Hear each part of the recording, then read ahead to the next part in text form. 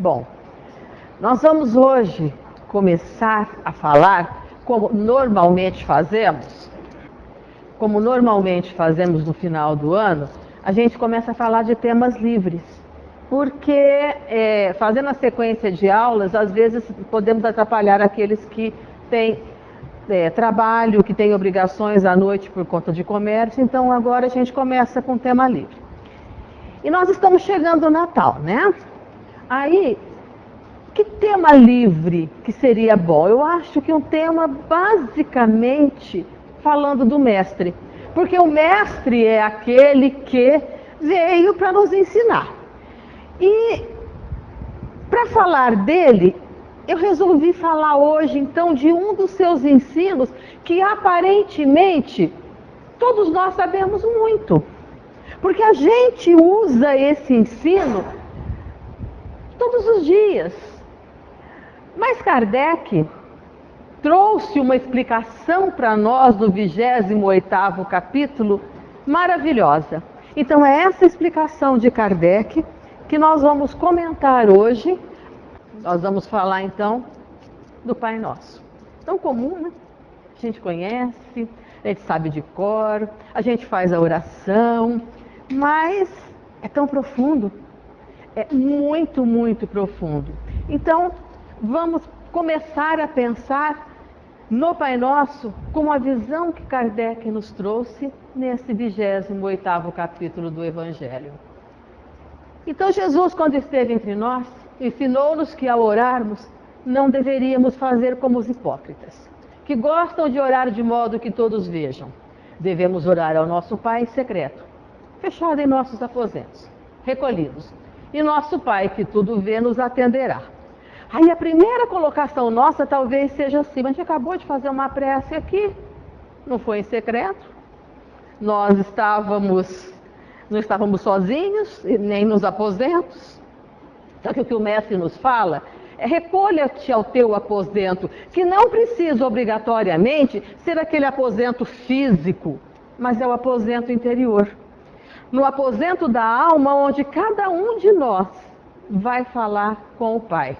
Então, recolha-te ao teu aposento, você e ele, e conversa com o Pai do modo que conseguir conversar. Não precisa ter palavra especial, não precisa ter rito especial, precisa filho e pai, colocando aquilo que o pai precisa saber dos sentimentos do filho. Então, recolhido sim aos nossos aposentos, o Pai que tudo vê, que tudo sabe, nos atende. Então é isso que o mestre quis dizer, não precisa sair contando para o mundo o que faz. Ele dá aqui o exemplo dos hipócritas, que gostam de orar de modo que todos vejam, que batem no peito, que falam alto, que se colocam acima das demais pessoas por ter essa ou aquela corrente religiosa. Não precisamos disso. Sozinhos, em secreto, no aposento interior, contamos ao Pai aquilo que sentimos e que estamos vivenciando. O mestre nos ensina que a prece deve revestir-se de fervor e sinceridade, com um estado de alma todo especial. Se o Pai é onipresente, se o Pai é onisciente, se é soberanamente justo e bom, se tem aquela infinita listas de atributos que nós conhecemos, ele vai saber se nós estamos falando com ele com sinceridade. Então não adianta fingir ter a aparência de santidade se na realidade não o somos. Então que falemos ao Pai das nossas dificuldades para domar realmente ainda as imperfeições que temos. Ele sabe que temos. Então, esse estado de alma, com fervor, com sinceridade, é assim que nós fazemos a prece. E o mestre lá em Mateus fala para a gente assim, ele continua com os seus ensinos e após dizer que nós não devemos fazer como os hipócritas e os fariseus, ele nos dá a receita da oração. É uma das poucas receitas que Jesus dá. Porque Jesus, ele nos deixou um legado infinito que a humanidade inteira ainda não compreende. Que nós que somos cristãos, não vivenciamos e não compreendemos por inteiro. Porque ele não deixou um caminhozinho das pedras, ele vivenciou o amor. Ele fazendo, ele deu exemplo. Mas é um exemplo que para nós ainda a gente não tem coragem ou condição de seguir.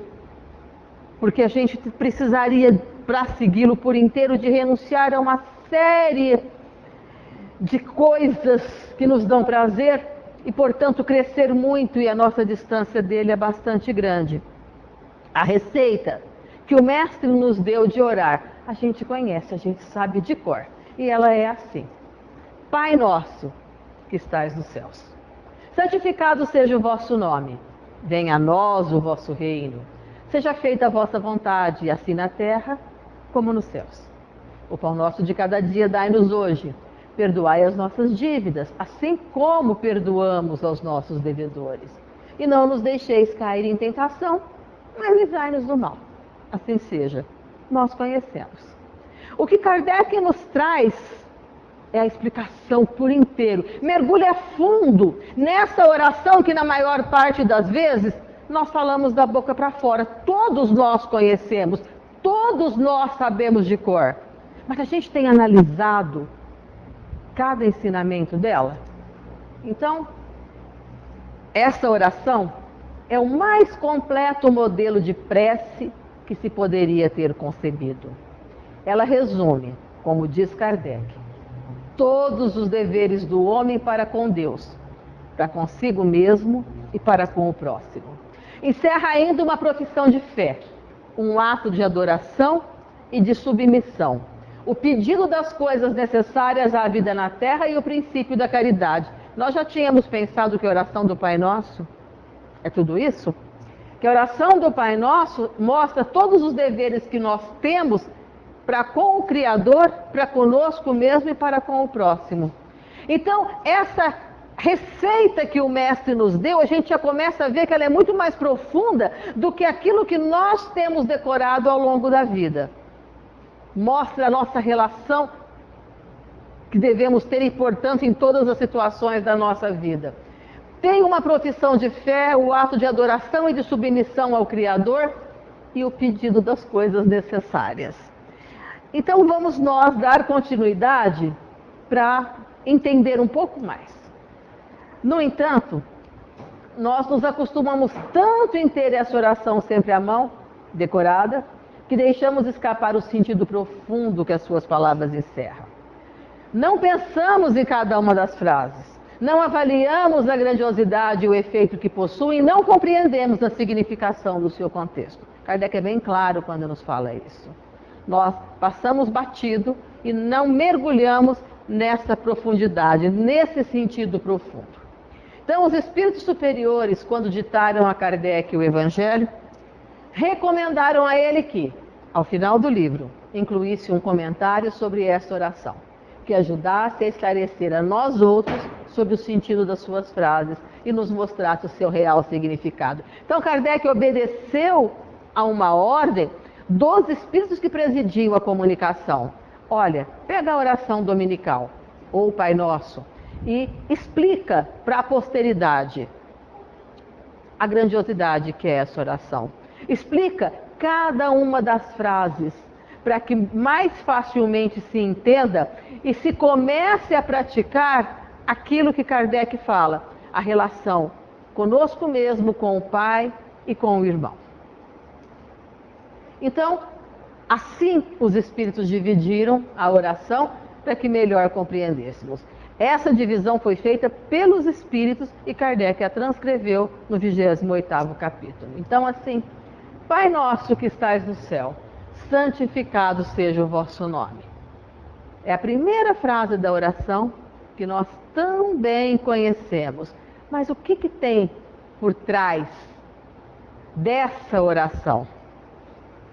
A noção que nós temos da divindade reflete-se no nosso modo de agir, sempre.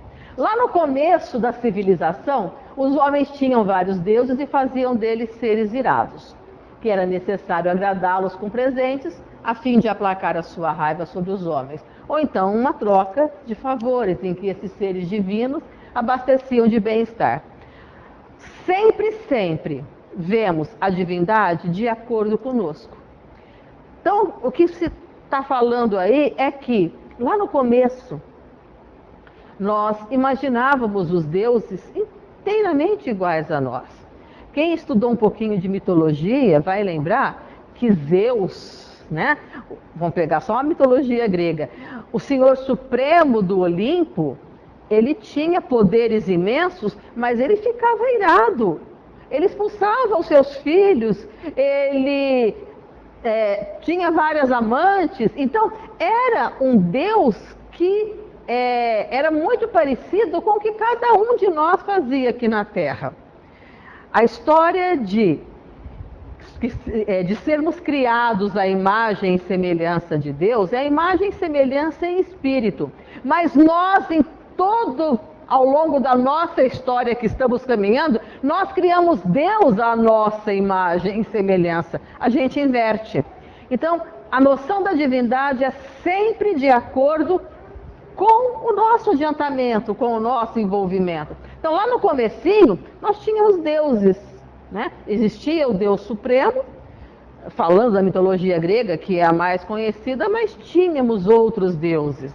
A romana copiou muito da grega. Vindo aqui para a América, os nossos índios tinham os seus deuses, sempre de acordo com a evolução. Quando a gente cresceu um pouquinho mais, lá no Velho Testamento, nós encontramos o Deus de Israel.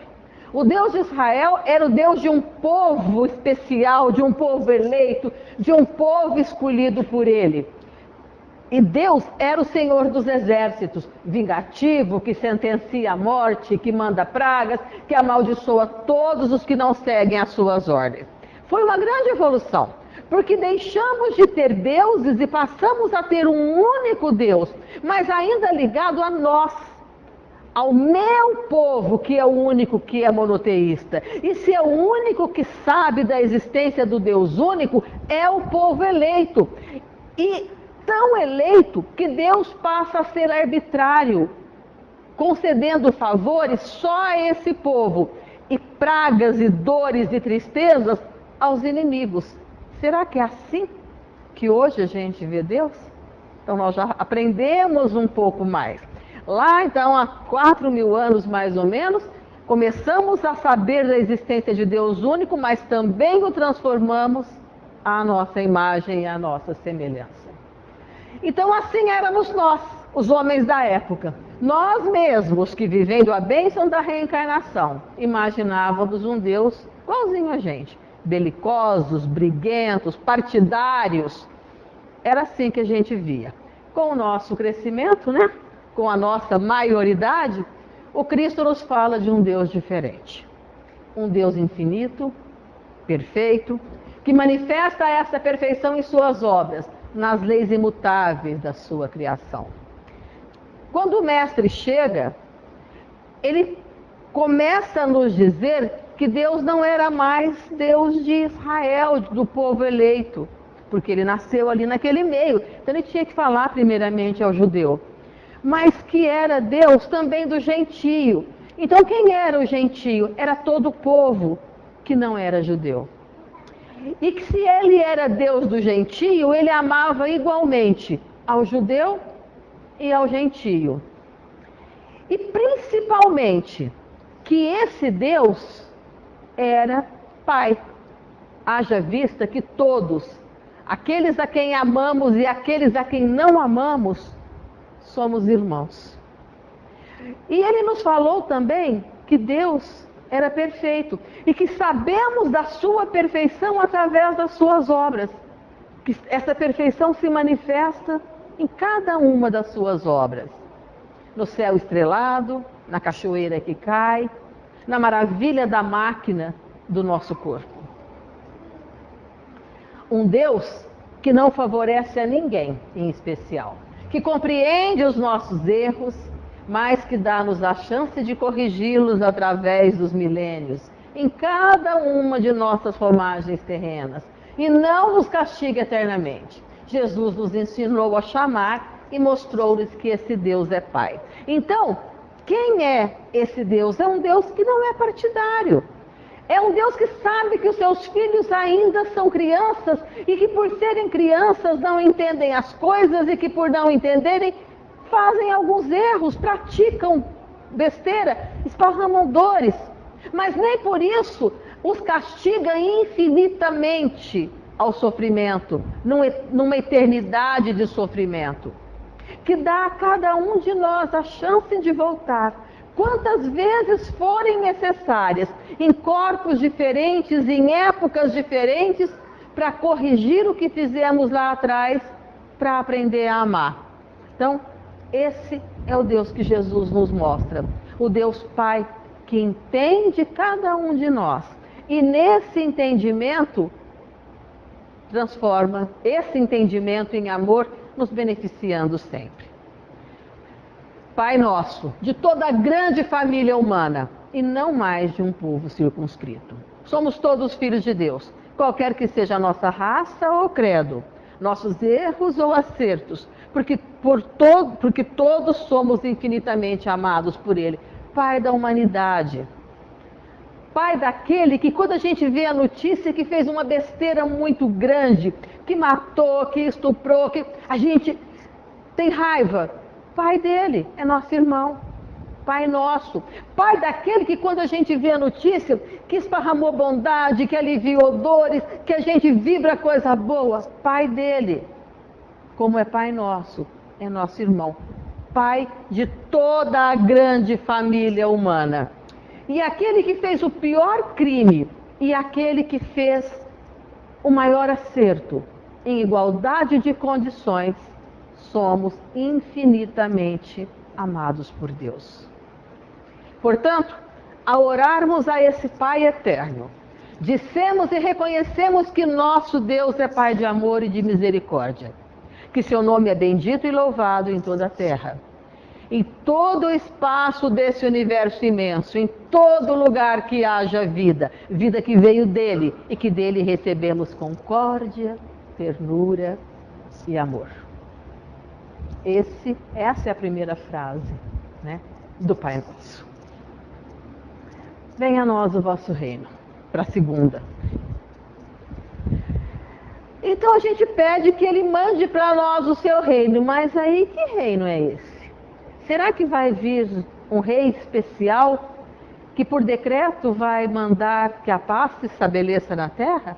Será que é esse o reino que a gente quer que venha e que a gente pede? O reino de Deus não está circunscrito num lugar, nem num céu de beatitude e ociosidade, onde se permanece sentado à sua direita. Quantos ainda acham que depois da morte do corpo vão sentar à direita de Deus e passar uma eternidade contemplando e ociosos? O reino de Deus é um estado de alma íntimo que vamos conseguindo obter com o nosso melhoramento interior. Então venha a nós o teu reino que vai ajudar-me a ser melhor, o reino que eu vou conquistar pelas minhas atitudes, porque vou controlando e domando as minhas más tendências. E como que nós sabemos disso? Jesus, em muitas das suas parábolas, mostra como é e como conquistar esse reino. Um dos ensinamentos: nem todo aquele que me diz Senhor, Senhor, entrará no reino dos céus, mas sim aquele que faz a vontade do meu Pai. Opa, então como o reino dos céus vai chegar a nós? Fazendo a vontade do Pai. E qual será essa vontade do Pai para nós? O que Ele espera que nós, seus filhos, façamos? O que nós esperamos que os nossos filhos façam? Que sejam pessoas do bem, que caminhem corretamente, que espalhem amor, felicidade. Nós, imperfeitos, queremos isso. O Pai, perfeição absoluta, o que espera que nós façamos? Aquele que for justo e bom. Ou como diz lá no capítulo 17 do Evangelho segundo o Espiritismo, aquele que for o homem de bem. Porque esse capítulo é o que pede para que sejamos perfeitos. Porque quando atingirmos essa perfeição relativa que nos aguarda, nós já estaremos vivenciando o reino de Deus. E o caminho que os Espíritos nos dão É a relação que está lá no capítulo 17 do Homem de Bem. 20 e poucos itens que nós precisamos nos esforçar para começar a caminhada para nos tornarmos pessoas de bem. Jesus nos fala que para alcançarmos o reino de Deus, não precisamos nos preocupar com aparências, nem esse reino vai aparecer aqui ou lá, mas que o reino de Deus está dentro de vós, dentro da gente. É aqui. O Deusinho interior já habita. A luzinha interior já está aqui. Pena que ela ainda é fraca. Muito fraca, a gente não está fazendo com que ela cresça. Mas já temos esse germe. Esse reino não é algo para o futuro. Jesus colocou no presente. Está dentro de nós. Basta que busquemos, que saibamos seguir as suas normas. E essas normas estão aqui na consciência.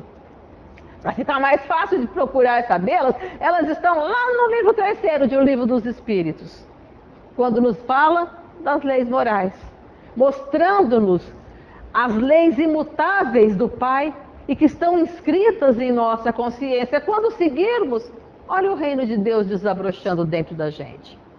A grande maioria de nós ignora o Deusinho interior que nos habita, né? A natureza divina que impregna a nossa alma, e nos afastamos dele, apesar desse reino estar em nós, ainda que estado latente, igual uma flor linda, linda, linda, que está ali latente, você nem imagina naquela semente. Você quando planta, às vezes nem sabe que maravilha que vai desabrochar ali. Está plantado aqui dentro, só falta desabrochar. Esse Deusinho interior está aqui, porque fomos criados por Ele, à sua imagem e semelhança, em espírito. Essa imagem e semelhança é para que nos tornemos perfeitos na perfeição relativa que aguarda a criatura, e o Mestre dá o exemplo, sede perfeitos como o Pai Celestial é. Então está aqui dentro, basta que a gente faça desabrochar. Quando começamos a fazer a vontade do Pai, a olhar e a tratar a todos como irmãos, a vencer as nossas faltas, a combater os nossos defeitos, a semente desse reino começará a germinar, crescer, desabrochando em paz e felicidade inigualável que nada vai poder abalar. Isso chama consciência tranquila, a certeza de ter feito certo, a certeza de estar a cada dia fazendo o melhor. E a felicidade, quando a nossa consciência está tranquila, é indescritível. Aí então, essa segunda frase da oração do Pai Nosso, venha a nós o teu reino, chegará ao nosso coração. O reino que é de bondade, de paz e de fraternidade, na estrada da redenção. Seja feita a vossa vontade, assim na terra como nos céus. Uma das frases difíceis é essa, viu, gente? Tem algumas frases do Pai Nosso que são dificinhas. Podia pular. Ah, podia pular essa? Porque, olha, faz a tua vontade. Já dá para começar a analisar isso, né? Então vamos lá. Mas não é a única difícil não, tem algumas. O exemplo maior da aceitação da vontade de Deus, quem nos deu foi o Cristo. Quando lá no Gólgota orou ao Pai, pedindo que, se possível, afastasse aquele cálice, mas que não fizesse a sua vontade, e assim é de Deus. Nós conhecemos a história. Jesus lá no Calvário, sabendo de tudo que ele ia passar, o que ele fala: Pai, se for possível, afasta de mim esse cálice, mas não faz a minha vontade, faz a sua. Quantas vezes nós não estamos vivendo o nosso Calvário, que é nada perto daquele que ele viveu, e a gente dá receita para Deus, para que Ele tire a dor da nossa vida. Então, seja feita a tua vontade, do modo como ela é feita nos céus. Vamos então entender esse céu? Isso é fazer a vontade de Deus, é observar as suas leis e submeter-se sem lamentação aos seus desígnios. É cumpri-la de boa vontade, como isso é feito nos mundos mais adiantados, ou como diz a frase, nos céus, onde espíritos mais cristãos que nós têm na observância as leis de Deus a fonte de toda a felicidade. Então, faça-se a sua vontade na minha vida como ela é feita nos céus. Como nos céus? Naqueles mundos mais felizes, naqueles locais onde espíritos que já vivenciam o cristianismo naturalmente sabem que a vontade de Deus é sempre a soberana, Então, que se faça aqui na terra, se faça aqui na minha vida, essa vontade, como é feita nesses lugares melhores e mais felizes. Em nossa ignorância, não sabendo ainda o que é melhor para nós próprios, rogamos muitas vezes aquilo que achamos que é bom, mas que nos fará cair e não obtendo, revoltamos. Se não conseguimos o almejado é porque Deus, que nos ama e nos conhece muito antes de nós mesmos darmos conta de nós, assim o fez para o nosso bem. A gente já parou para pensar que Deus nos conhece antes mesmo da gente se conhecer? Porque se Ele nos criou, e nos criou simples e ignorantes quando nós sequer sabíamos, nem tínhamos consciência de nós mesmos. Então quem que sabe mais o que é melhor? Quantas vezes já não pedimos alguma coisa para Ele, que hoje, passado algum tempo, a gente olha e fala, nossa, se tivesse acontecido, não teria dado certo, eu teria sofrido, as consequências seriam ruins.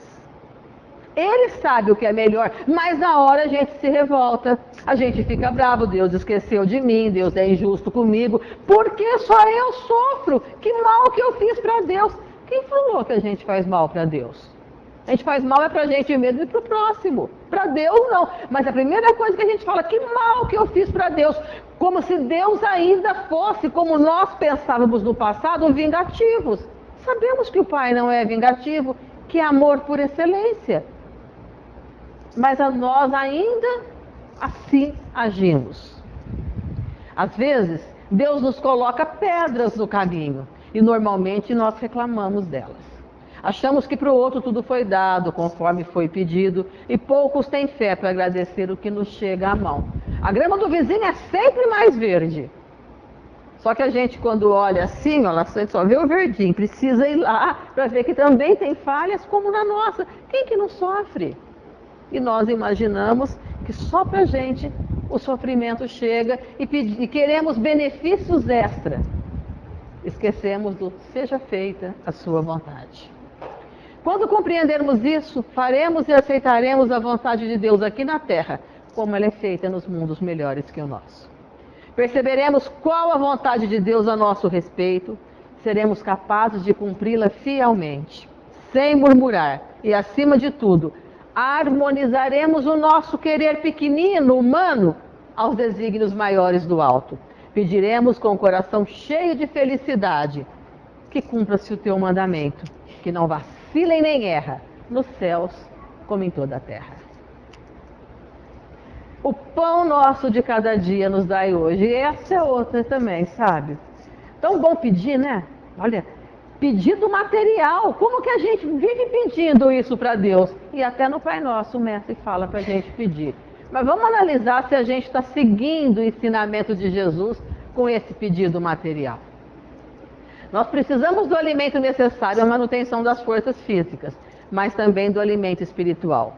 Ambos são necessários à nossa evolução e nós temos sim que pedir a Deus. Precisamos dele. Se nós estamos vestindo um corpo, é porque tudo aquilo que é necessário a esse corpo é necessário a nós, espíritos, para desenvolvermos. E o alimento é uma delas. A subsistência do corpo é uma delas. Esse pão para manter o corpo físico que Jesus nos ensina é em toda a oração, o único pedido material. E nos mostra que não devemos nos preocupar e muito menos pedir a Deus aquilo que ultrapassa o necessário. É uma das frasezinhas chata, porque Jesus fala assim, o pão nosso de cada dia nos dai hoje. Já imaginou se Jesus tivesse falado para algum de nós, olha, faz um pedacinho da oração do Pai Nosso, faz essa frase. Será que a gente ia pedir o pão nosso de cada dia, da hoje? Será que a gente não ia querer que esse pão viesse um pouquinho melhor? Com presunto, com mussarela, com peito de peru? E será que a gente não ia querer estocar para o mês inteiro? Será que a gente ia se contentar com o necessário para o dia? Mas eu não sei como vai ser amanhã. Eu não sei como vai ser daqui a um ano. Eu preciso ter uma reserva no banco. Eu preciso ter a despensa cheia. Eu preciso. Então, o mestre nos mostra aqui a necessidade da manutenção física através do alimento, através daquilo que é necessário para que esse corpo se mantenha, mas sem o exagero que a gente tanto procura. A maioria de nós se inquieta muito pelo dia de amanhã. E Jesus também nos ensina a não nos inquietarmos, porque a cada dia bastam as suas aflições. E o Pai nos provê sempre, assim como provê as aves dos céus e os lírios do campo. Quantas vezes a gente já se preocupou com alguma coisa e não aconteceu? A gente se preocupou, quando deveria estar ocupado com outras melhores. Mas a nossa preocupação tirou oportunidade de fazer outras coisas. E aquilo que tanto nos enchia a cabeça não aconteceu, ficou no passado. Então, a cada dia, tenha a sua preocupação viva a de hoje. Não nos envolvamos naquilo que a gente não sabe se vai acontecer. Não sabemos se nós estaremos aqui encarnados para aquilo acontecer. O pão de cada dia é o que basta para o nosso sustento. Nós pedimos, juntamente com esse pão, os meios lícitos de adquiri-lo, que é o trabalho. O trabalho, como eu falei há pouco do livro 3º de O Livro dos Espíritos, é uma das leis morais. Portanto, de extrema necessidade para a nossa manutenção física e para a manutenção de todo o universo. Assim, se esse trabalho nos falta, que saibamos confiar na providência divina, que se não abandona as aves do céu, muito menos a nós. O Mestre ensina-nos a ter fé em Deus, na sua bondade infinita, e não invertermos a hierarquia de valores, preocupando-nos mais com as coisas da terra, sem dar a devida atenção aos valores espirituais. As coisas da terra são importantes, sim, mas elas são menos importantes que as coisas espirituais. Aí a gente inverte. Coloca as coisas da terra como o nosso norte e as coisas espirituais, as aquisições espirituais para depois. Nós devemos enxergar qual é aquilo que realmente conta para nós. Aquele que nos deu a vida sabe que precisamos de alimento e de vestimenta para o corpo. E não se limita àquilo que nos seja indispensável, mas derrama toda a parte, traços de beleza, cânticos de alegria, a fim de que a nossa jornada se torne mais suave, porque, como diz o Cristo, nem só de pão vive o homem, mas de toda a palavra de Deus. A natureza, a água fresca, o abraço de um amigo, estão muito além da vestimenta do corpo, do alimento para esse corpo. Então chegam bênçãos do Pai a toda hora em nossa vida. Então Ele sabe das nossas necessidades e nos traz essas bênçãos assim, derrama de mãos cheias. Porque o Mestre já disse que não é só o pão que nos é necessário, mas tudo aquilo que vem de Deus. Por esse motivo, Jesus nos diz para buscarmos primeiramente o reino de Deus e a sua justiça, e as outras virão acrescidas. Sempre será acréscimo. Quando nós buscamos isso, o resto vem por acréscimo. Esse é o pão espiritual, aquele que realiza o reino de Deus em nós. A busca pelo bem, alimentando o nosso espírito e acrescentando em nossas vidas os verdadeiros tesouros.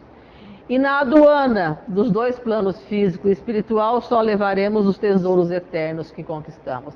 Então, pedimos no Pai Nosso o pão material, a necessidade que temos para nos mantermos aqui encarnados, mas que valorizemos o pão espiritual, aquele que nos faz crescer como pessoa, que vão fazer as nossas asas de espírito crescerem cada vez mais, para que possamos voar cada vez mais livres, habitar o universo todo. É isso que vai contar cada vez que a gente passar a fronteira entre os dois planos da vida. Esse é o verdadeiro pão, que precisamos nesse caminho, que nos ajuda a evitar todo o mal, porque ele é feito na luz do carinho do pão espiritual. Esse é o verdadeiro.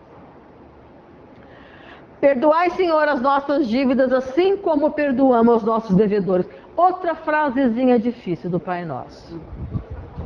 Mais uma para pular. Mais uma para pular. Porque enquanto a gente está entre aspas, rezando o Pai Nosso de cor, a gente nem percebe. Mas quando Kardec põe isso aí e analisa para a gente, é difícil, gente. Perdoa, Senhor, as nossas dívidas. Que bom, perdoa sim. Mas ele continua. Igual eu faço com o meu amigo, com quem está me devendo. Começa a complicar. Nos evangelhos, Jesus também inseriu esses ensinamentos em várias passagens. Não julgueis, para não serem julgados. Não condenei, e não sereis condenados. Perdoai, e serei perdoados. Dai, e dar-se-vos-á. Qual for a medida que usardes para os outros, tal será que se usa para vós. É tudo mais ou menos igual. Essa história da medida é outro ensinamento que pega, porque a gente tem medidas diferentes. A gente justifica facinho, facinho os nossos erros, os erros dos nossos filhos, os erros de quem amamos, e condenamos facinho, facinho os erros daqueles que não são tão próximos a nós. Olha a medida com que a gente está medindo. A palavra perdoar é, na realidade, esquece o per. Olha o final dela. É doar. É doação. Mesmo e principalmente a quem nos faz mal. Porque nós mesmos já fizemos mal a outros. E somente seremos libertos desse débito se soubermos libertar aqueles que nos ofenderam. Pai, perdoa a minha ofensa. Igualzinho, assim como eu perdoo a quem me ofendeu. Se eu quero estar livre disso, como eu estou agindo com o outro? O perdão que o Cristo nos ensina a pedir em oração está atrelado ao assim como. Perdoa-me, ó Pai, assim como eu perdoo. E perdoar é realmente esquecer. Não mais se envolver em mágoa pelas ofensas recebidas. Me perdoa, assim como eu tenho perdoado. Aquele mal que me fez não machuca mais. Aquele mal que me fizeram é passado. Eu não fico guardando mágoas, eu não fico fazendo com que aquilo cresça. Aquilo é passado. Eu quero que isso seja comigo com relação às pessoas a quem eu fiz mal. Então, mas para que outros me perdoem, eu tenho que perdoar a quem me fez mal. Essa é a minha medida. Amar os inimigos é condição para o reino dos céus. Essa frase está inserida em todas as outras. Sabe por quê? Quanto mais nos elevamos acima das coisas materiais, menos seremos feridos pelas coisas da terra. O Cristo sofreu coisas que a gente sequer imagina. Não tendo nada para expiar, nada para pagar, para purgar, mas passou por dores imensas. E ele entendeu, dizendo assim: Pai, perdoa, porque eles não sabem o que fazem. Quanto mais alto estivermos, menos o mal que nos fizeram nos atinge. Se o mal que nos fizeram está a nos atingir, é porque nós ainda somos mais ou menos da altura daquele que nos fez o mal. Se eu não quero que o mal chegue, que doa, que machuque, eu tenho que me elevar acima dele. Porque mesmo que façam, mesmo que chegue, não vai doer. Porque eu entendo que ele é o verdadeiro doente. Ele é o infeliz. Ele está contraindo débitos. Eu estou quitando. Eu estou sabendo viver a dor, quitando meus débitos do passado para voar livre. Ele está contraindo. Então, eu vou ter pena daquele que me fez o mal e não ódio ou mágoa daquele que me fez o mal. Sabemos que Deus é amor e por isso mesmo Ele é justiça.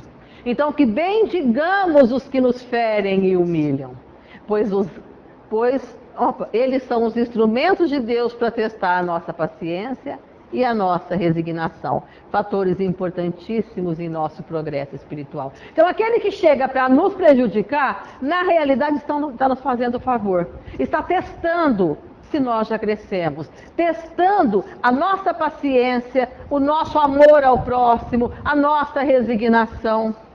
Então, como que nós estamos vendo aquele que nos fere? Assim, ou tomara que caia uma bomba, um dia ele vai pagar, Deus é justo, ele vai pagar. Será que é isso que a gente fala? Nós Estamos querendo que Deus faça o mal a ele, que nós não temos coragem de fazer? A justiça de Deus não é assim.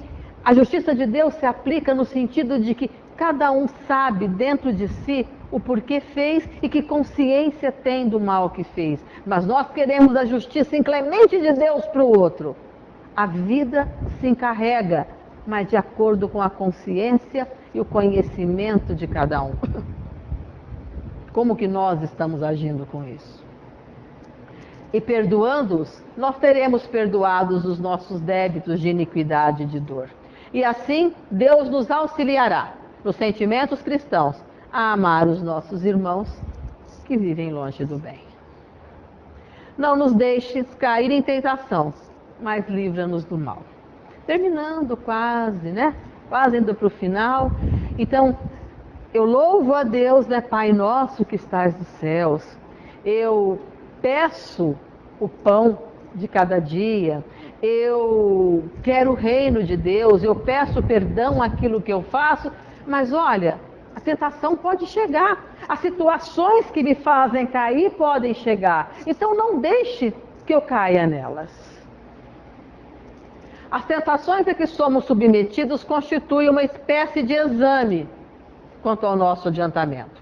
Se conseguimos resistir a ela, nós crescemos. Se não conseguimos, a gente tropeça. Como assim exame? Só chega a nós aquilo que nós precisamos ser testados. Um exemplo. Se nós aqui todos já passamos por inteiro da época em que podíamos lesar terceiros, né, ser desonestos, não vai chegar nenhuma prova para nós com relação à desonestidade. Porque aquilo não mais mexe conosco. Mas se a desonestidade ainda faz morada na nossa consciência, faz morada em nós, no nosso espírito, se ainda não tiramos essa chaga, 1000 vezes vão aparecer situações em que essa desonestidade será testada. Um troco errado que recebemos, o cuidado com o dinheiro ou com haveres de outra pessoa, o jeitinho de burlar e de ganhar um dinheirinho extra, né? Hoje que estão à moda aí através da corrupção. Não, isso não mexe mais comigo. Não chega a prova da desonestidade. Se nós já resistimos aos prazeres do sexo, sabendo que ele é lindo e maravilhoso através do amor, mas se de repente ainda não, 1000 opções vão aparecer na nossa vida. Se nós já aprendemos a respeitar o outro, a não falar mal do outro, nenhuma fofoca, nenhuma história da vida alheia vai chegar. Mas se não, nós vamos ser os primeiros a saber de tudo o que aconteceu em todos os cantos da cidade. Então, as tentações a que nós somos submetidos são as provas de que nós efetivamente aprendemos, de que nós realmente passamos. Nós pedimos ao Pai que nos tornem fortes para vencer essas provas. E não que não nos submeta a elas, porque nós só saberemos se estamos livres dela quando submetidos, resistirmos e falarmos não. É sinal que passamos. Do mesmo modo, nós não devemos pedir a Deus que nos livre das nossas cruzes, mas que torne os nossos ombros mais fortes, para que possamos carregá-las. Então, as tentações que a gente saiba dizer não. E quando elas vêm com dor, me fortaleça, ou quando elas chegam naquele apelo imenso de nos arrastar, que eu seja mais forte, para saber resistir e para falar não. Quando as vencemos, nós adquirimos novas forças.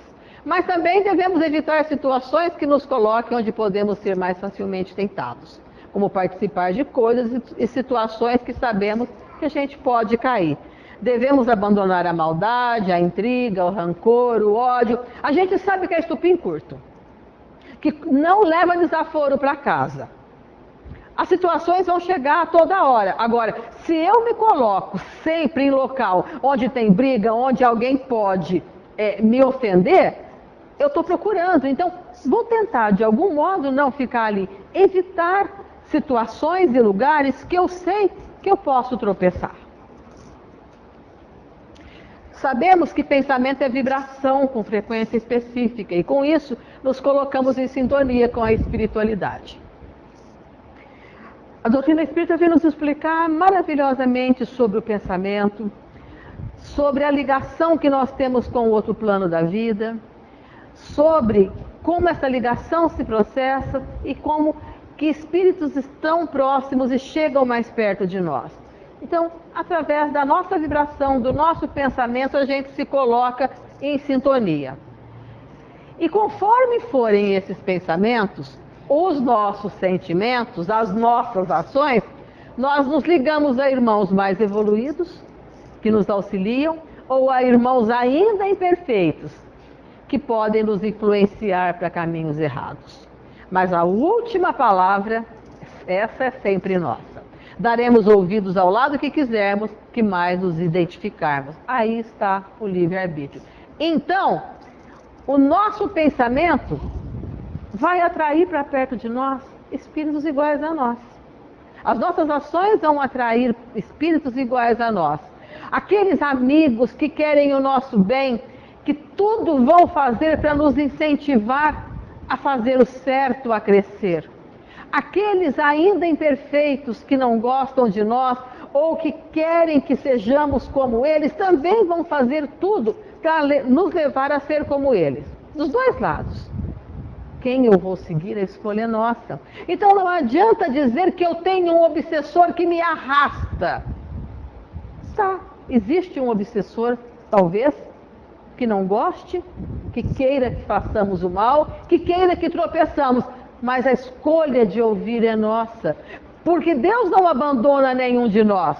Se a gente tem o obsessor, e algumas pessoas até gostam de falar isso, eu tenho um obsessor, nós temos antes um anjo guardião.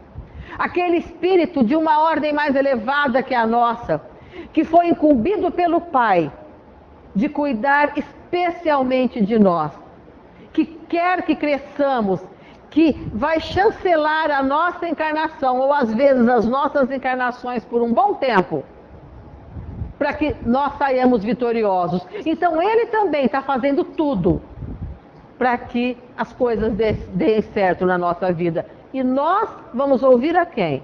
A quem nós quisermos.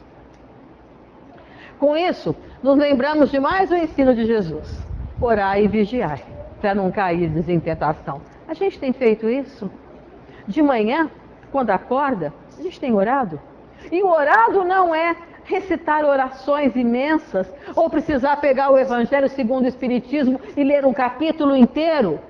Orar é agradecer a Deus pela noite de sono, pelo dia que começa, e pedir a sua proteção para os nossos atos. Nós temos agradecido a Ele por tudo aquilo que nos deu durante o dia, o que nos deu hoje. Vamos lembrar do nosso dia. Foi um dia tão comum. Foi um dia tão comum. E nós temos ideia, às vezes, de quantas dores poderiam ter chegado e que nos foram afastadas. Orai e vigiai. Vigiai o pensamento ruim, vigiai a influência ruim. Vigiai aquilo que nos arrasta para o mal e que às vezes queremos porque gostamos desse mal. Então, a oração e o controle dos atos e do pensamento. Cabe a cada um de nós cuidarmos para que as tentações não nos levem a caminhos errados. Orando, vigiando nossos pensamentos e atos, pedindo e contando com a proteção de Jesus, que nos ensinou como livrar as nossas almas do erro, ainda nesse mundo de desterros, distantes demais da luz. E terminando, o finzinho. Assim seja. O final, né? Algumas orações falam, algumas correntes religiosas, falam amém. A doutrina espírita fala assim seja. Qual a diferença? A diferença mais ou menos é assim: o amém é que aconteça. Amém, vai acontecer isso. O assim seja, nós vamos ver aqui o que Kardec nos fala. Sempre seja feita a sua vontade, não a nossa. De novo. Então, assim seja assim seja o que você quer, não o que eu quero. De novo a gente reafirma isso. Tudo isso que te pedimos, Senhor, sabemos que o melhor nos acontecerá. porque sabes o que melhor nos convém. Esse é o assim seja. É o ato final de submissão à vontade de Deus. No final da oração, novamente nos colocamos fiéis à sua vontade, reafirmando tudo o que dissemos. Então, no final, novamente eu me curvo a Ele e digo: soberano és tu, Senhor. Você é quem sabe o que eu preciso.